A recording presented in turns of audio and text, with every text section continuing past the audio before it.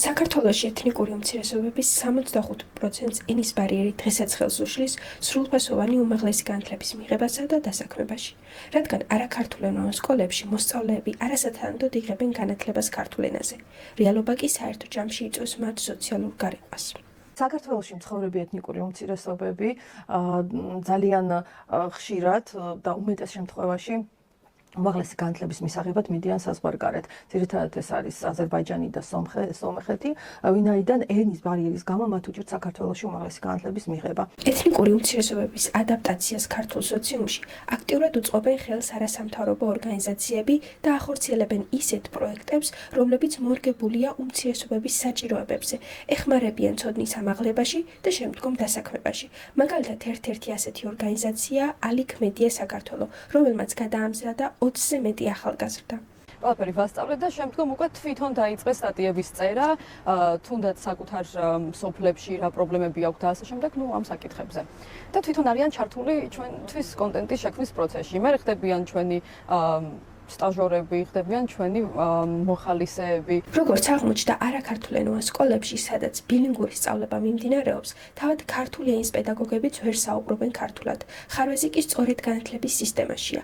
ამიტომ განათლების ხარისხის ეროვნულმა ცენტრმა შეიმუშავა არაქართულენოვანი მასწავლებლებისთვის გადასამზადებელი ტრენინგები. გარდა ამისა, არაქართულენოვანი სკოლების ნაწილი საავარიო მდგომარეობაში იყო. მათ რეაბილიტაცია კი ჩაუტარა არასამთავრობო ორგანიზაციებმა. სწორედ აშშ-ის დაფინანსებით 1000 წლეულის გამოწვევის ფონდის მიერ მხოლოდ სამცხე-ჯავახეთში სულ მცირე 4 არაქართულენოვანი სკოლის რეაბილიტაცია ჩატარდა, რის ფონზეც მოსწავლეების ჩართულობა სასწავლო პროცესში გაიზარდა. ეს სამირა ბაირომავა, აქტივისტი და უფლებათა დამცველი, რომელიც ეთნიკურ უმცირესობას წარმოადგენს.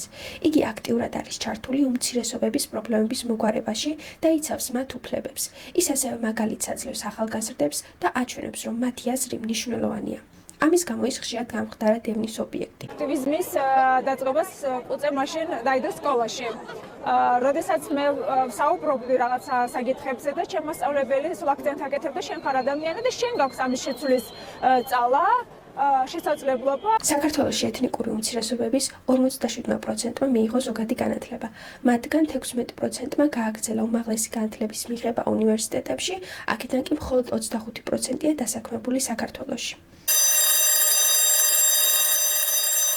2006 წლიდან განათლების ექსპერტები ცდილობდნენ გადაეჭრათ ეთნიკური უმცირესობებისთვის ენის ბარიერის პრობლემა არაქართულენოვან სკოლებში.